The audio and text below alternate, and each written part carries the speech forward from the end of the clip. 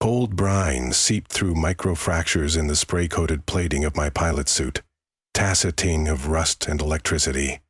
Somewhere above the dark water the suns of Anatar sparkled. But down here, 70 meters beneath the chop, everything was silt, shadow, and the thrum of magnetic coils winding up to war. Command said there wouldn't be time for a speech. Just an uplinked flash, order, and the scream of the klaxon. But old habits die hard. I toggled my private channel. "Knuckle up, Archons," I told the squad. "Today we turn an ocean into a graveyard and the sky into burning glass. And remember, the Reef is hungry." 5 green lights winked back across my HUD. Good enough. I flexed the gauntlets of Salach-D, my sea-based assault mech, and felt the return pressure of artificial tendons. Dense bundles of carbon fiber braided through superconductive threads. Behind my cockpit canopy, the reactor sank into attack posture, gravity plates pinning the whole 380-ton frame to the Reef's jagged flank. We were half submarine, half battlesuit, and all attitude. The Corps called us hammerheads. The enemy called us devils. Across the secure lattice, Admiral Rahal's voice slid through layers of encryption. "Arch and Lance, by authority of Iron Reef Theater Command, you may engage. Priority targets are orbital frigates Kagehito and Vela. Secondary, Fleet Group 7 on the surface. Good hunting, pilots." "Copy, Admiral," I said and thumbed the ignition glyph. Copper vapor raced across Selachdi's hull. The Mech's dorsal fins unfolded. The magnetic array crackled like summer lightning. When the coils reached lethal saturation, I felt it in my teeth, a metallic itch. Just as the ramp doors peeled open and our launch cradle disgorged us into open water, we dropped through a forest of rust-colored spires. The Iron Reef, a ridgeline of nearly pure hematite thrust from the seafloor by some prehistoric tectonic tantrum. Too jagged for surface ships, too magnetized for smart minds, but perfect for my squad's party trick. We were about to weaponize geology. Above, the enemy armada crested the horizon. Silver gunhulls parted the waves. 8 destroyers and 2 cruisers forming a wall of flared bows and cannon blisters. High overhead, their escorts, sleek frigates, bristling with rail turrets, kept low orbit, confident in the sanctuary of altitude. They weren't ready for us. No one ever was the first time at the Battle of Iron Reef. Sea-based mechs magnetize enemy naval vessels to the ocean floor while launching surface-to-space missiles at orbiting escorts. That was the plan anyway. "Range, 35 kilometers and closing," Rook announced from her mech, Corvid 99. Her voice shook less than the water. "Hold vector," I replied. "On my mark, pulse the coils." A heartbeat later, the enemy flagship, the cruiser Harrow's End, sounded general quarters. Searchlights lanced downward, pure white, accusing beams that turned the shallows to a lunatic daylight. One of them painted Salakdi, scattering fish like shards of luminous glass, so they finally noticed. "Kaito, you got tone?" I asked. "All kinds of it," he answered. His mech, Javelin Mare, hugged the flank of a basalt column. "Ready on the Barrage 7 cluster? Stand by." I watched the rangefinder spool. 3,000 meters, zai, 2,700. 20, 2,500. Archons, light 'em up. 6 mechs flared with blue corona. We dumped the energy of the Reef's natural magnetism, amplified 1,000-fold by our coil packs, into the water in a brutal, synchronized pulse. Physics obeyed. Ionized current tore through the iron reefs, surged into the sea, and reached hungrily for every kilometer of ferrous metal within the engagement envelope. On Harrow's End, I saw the effect even before the shock wave struck. The cruiser's keel shuddered. Railgun barrels drooped as if cursed. A hole the size of a frigate yawned in her starboard armor when internal supports sheared away from the magnetized hull. Then the ocean itself seemed to grab the ship and drag it down. Secondary explosions threw fountains of fire that drowned instantly beneath their own smoke. The destroyers fared no better. 7,000-ton hulls squealed as plating bulged, anchor chains ripped free, engine screws twisted off like corks in the hands of titans. One by one, they pitched nose down and kissed the reef. No evasive helm could fight the invisible fist that pinned their iron hearts to the seabed. In 30 seconds, half the surface fleet became artificial reef matter. The comms filled with overlapping cheers, curses, and prayers. I let them have their moment. Then the sky split. Orbital escorts Kagehito and Vela were not passive observers. Their optical arrays must have caught the electromagnetic bloom. Within moments, both frigates executed burn corrections, dropping toward suborbital firing altitude. White plumes of reaction mass trailed like comet tails, and my tactical overlay blinked hazard red. From that vantage, they could throw tungsten rods straight through our skulls, a kinetic strike older than history and every bit as effective. Surface to space on deck, now, now, now! Kaito's javelin mare broke cover first, breaching sideways in a geyser of foam. The Mechs' shoulder pods blossomed. 12 missiles screamed skyward, noses glowing with plasma sheaths. Rook followed, and then I breached. Select D flying 15 meters into the salt wind before splashing down again. My own Stormpiercer missiles locked, shrieked, and climbed. Remember, I hissed. Use staggered bursts. We need them busy until the Kentigern group arrives. The Kentigern group? Our fleet's own orbital cavalry was 2 minutes out, racing along a polar slingshot. 2 minutes is forever when tungsten is falling. Vela responded first, belching out a bouquet of flares. Kagehito dismissed subtler solutions and simply opened a laser curtain, cleaving half our missiles to glass. But some found purchase. A Stormpiercer exploded against Kagehito's aft sensor dome. Another rammed Vela's dorsal thruster nozzle, venting orange propellant. Neither kill was clean. Both frigates remained murderously functional, and both began return fire. "Brace for rods!" Rook warned. I'd never actually seen a kinetic lance tear water. The textbooks say it vaporizes 50,000 tons of ocean in 1/10 of a second. The reality was uglier. A pillar of steam rose so fast it formed its own storm cell. And beneath that transient hellmouth, the shock waves smashed into us. Selech tumbled 30 meters, armor groaning. Through a kaleidoscope of bubbles, I watched poor Gren's mech, Manta 6, crumple like wet foil. She never even screamed. The cockpit ripped free and vanished into sediments older than recorded thought. "Archon 4 down," I said inside my helm. Saying it made it real. I bit the inside of my cheek until copper flooded my tongue. "Remain engaged." Binary beacons lit my HUD as enemy survival pods launched from the stricken surface fleet. The bastards were abandoning ship, hoping for capture rather than burial.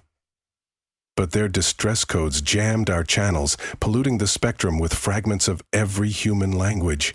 I shoulder-checked emotion, locked it in a box, and kept moving. Rook and I stabilized on the cavernous flank of a scuttled destroyer, hull number D-1772. Its deck was a ruin of collapsed bulkheads. Only one autocannon turret remained intact. It swung limply, driven by residual current, and finally came to rest aimed at nothing. I was 20 meters away from the barrel when Rook's proximity alarm flared. "Lyra, incoming Ripple 5, maybe 6 lances," she said. Overhead, Vela had found her attitude again. Blue stacks of exhaust spattered the night sky. The frigate's spinal railgun deployed. 80 meters of gravitic acceleration rails, hungry for tungsten warheads. "Kentigern Group, where in all the burning hells are you?" I toggled command circuits. "Admiral Rahul, requesting immediate grid coordinates for Kentigern." Static. Then his strained answer. "Delayed by solar interference. Estimate 180 seconds. 3 minutes. We wouldn't last 3 more. The first rod entered atmosphere trailing fire and inevitability. My tactical computer extrapolated its impact right in the center of our operating box. The second peeled off toward the drop bay that housed our munitions crew. The third I couldn't track. My sensors died to white noise as the sky tore itself new physics. "Grammel pattern gamma!" I shout. We kicked off the dead destroyer. Selexy's jump jets clawed at thin water. I vectored downward, hiding among rifts of reef and wreckage. Above, steam blossoms mushroomed. Each crater boiled hectares of sea, but the reef held. Magnetite pillars cracked, parted, and refused under pressures that turned sand back into glass. When the Fury paused, I risked a periscope view. Archon Lance was 3 mechs now: Rook, Kaito, and me. In the ruins of Harrow's End, enemy survivors struggled in panic. I almost felt pity before the part of my brain labeled tactics reminded me that some still carried portable rail launchers. Kaito pinged me. "I can't get a wake lock on the frigates. They're too high." "Then bring them lower." "How?" "Give them something they want to shoot." There was a pause. "Selak D is prettier than I am. Why don't you volunteer?" I looked at the numbers. Selak D's reactor still ran hot. Coil integrity sat at 60%. The magnetic arrays were drained from the first pulse, but could recharge if I exposed them to ambient fields, i.e., if I surfaced amid the wreckage and let the planet's magnetosphere do its slow work. Kaito's Javelin Mare had deeper reserves, but carried our last cluster warheads, non-negotiable for a kill shot. Rook's Corvid 99 was glue and prayers, barely flight-worthy. "Fine," I said. "I'm bait. Kaito, prep the cluster. Rook, sync offset targeting." I rose. Sealock D breached into a field of twisted masts and floating deaths. Floodlights from the crippled destroyer cast sickly yellow across the scene. Above, starlight flickered between the green auroras of the frigate's braking burns. I broadcast on wideband. "This is Captain Lyra Tanis of the Archon Corps. You orbiting tin cans want another round? Come get it." Petty, maybe. Effective, definitely. Kagehito dipped northward. Its attitude thrusters blossomed sign, and the frigate began a murderously quick low-orbit dive. "Here they come," Rug said. 10 degrees port. "See it?" I cut power to the jump jets and let Selak D float, a naked spark in the water. Behind my cockpit glass, supercap banks recharged by sipping inductive energy from the planet's field lines. Every second increased coil strength by 4%. I needed at least 70% for a viable double pulse enough to spike Kagehito's hull and hold her while we carved. 70% ticked over just as the frigate crossed 40,000 meters. "Kaito," I said. "Line." The ocean parted with a roar. Javelin Mare launched its cluster payload. 40 submunitions, each a cofferdam of self-forging charges designed for hull perforation at hypervelocity. They spread into a glittering storm, ascended, then ignited spindrift rockets that pivoted mid-air, targeting Kagehito's sensor banks. The frigate did exactly what doctrine demanded. Facing saturation fire, it rolled starboard, dropping another 12,000 meters, exposing belly guns that weren't optimized for atmospheric drag. More importantly, it put itself directly above the Iron Reef.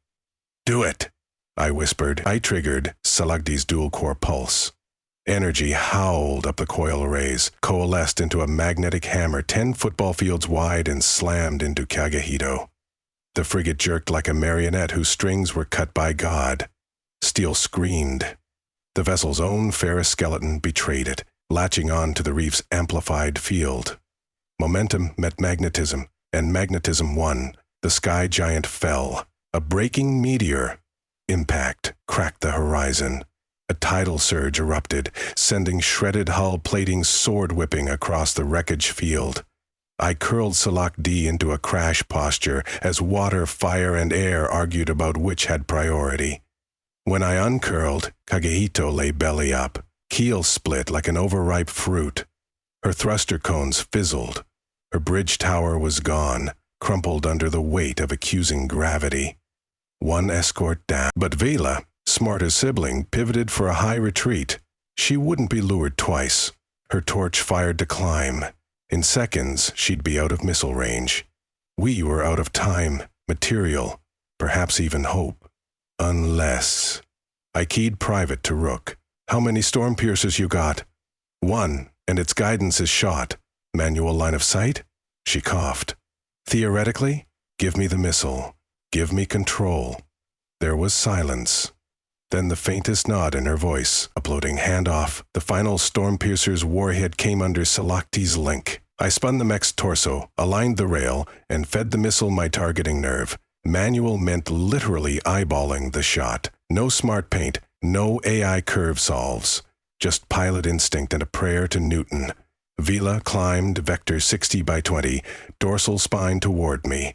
I had 3 seconds of window before the frigate's thrusters occulted the warhead's flight path with plasma interference. I sent the missile. It shrieked out, stub wings snapping.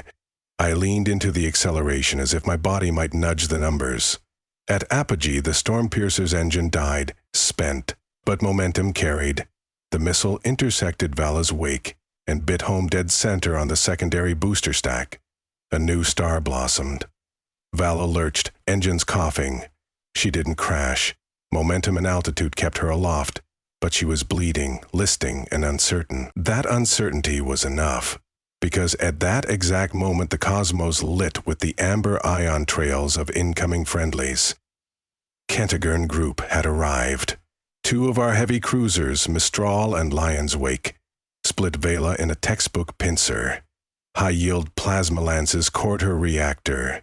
She survived a long, burning minute before the vessel blossomed in totality, scattering molten petals into the dark. When the glare faded, nothing remained but a brief auroral smear. Silence. I didn't realize how much noise war made until it ceased, leaving behind only the crackle of cooling wrecks and the sough of waves. Enemy forces neutralized, Admiral Rahal confirmed at last. Archon Lance, status report. I swallowed. Archon 4 is gone. Others operational. Mission objective complete. A pause for the dead. The Admiral's response came heavy, respectful. Acknowledged, retrieval teams inbound, hold position and commence saw. Rook pinged me on a private channel.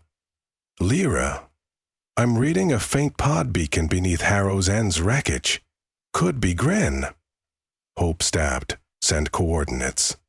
We spent the next hour carving through twisted corridors, micro charges peeling plating, but the beacon belonged to a maintenance drone, not our pilot. Grin was somewhere deeper, or nowhere, part of the ever-growing reef. Kaito drifted beside me, mech lights dim to a funeral hush. I hate this part, he said. Yeah. I watched gulls circle above sun-specked waves, scavengers singing. Back on the command channel, orders rolled in.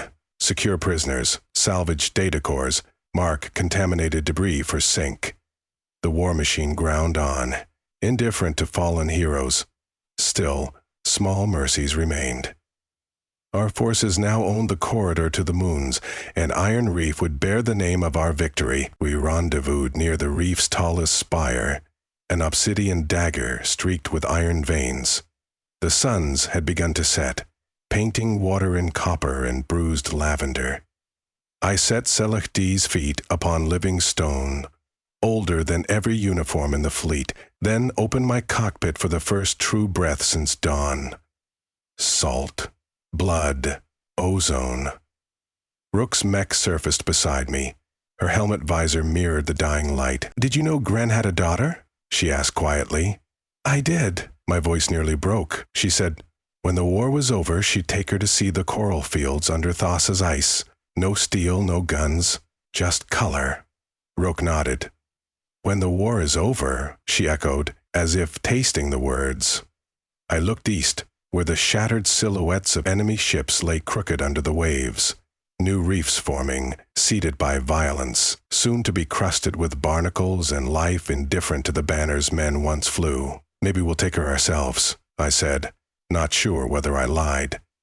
High above, Kentigern cruisers glided, shadows on the first stars. The ocean fell quiet, aside from the hiss of cooling metal as the sea claimed its tithe. Somewhere in that haunted silence, I heard the echo of drums, not of ceremony, but of pulse coils winding down, restful at last. The Battle of Iron Reef was over. What remained was aftermath. Lists to write, letters to deliver, dreams to repair. Yet, beneath the sorrow lived a strange certitude. We had fought in the cradle of ancient iron and bent warships like reeds. We had denied the sky its assassins, and for one day more, the archipelago nations would wake free. My reactor settled to idle. Over squad comms, I whispered a pleasure that felt like sin. Stand down, Archons. Secure from battle. One by one, the green lights winked off as pilots powered down, and the ocean, ancient and impartial, rolled on over the fresh wreckage, hiding our sins and our valor in equal measure, weaving them into reefs of iron for generations unborn to puzzle over.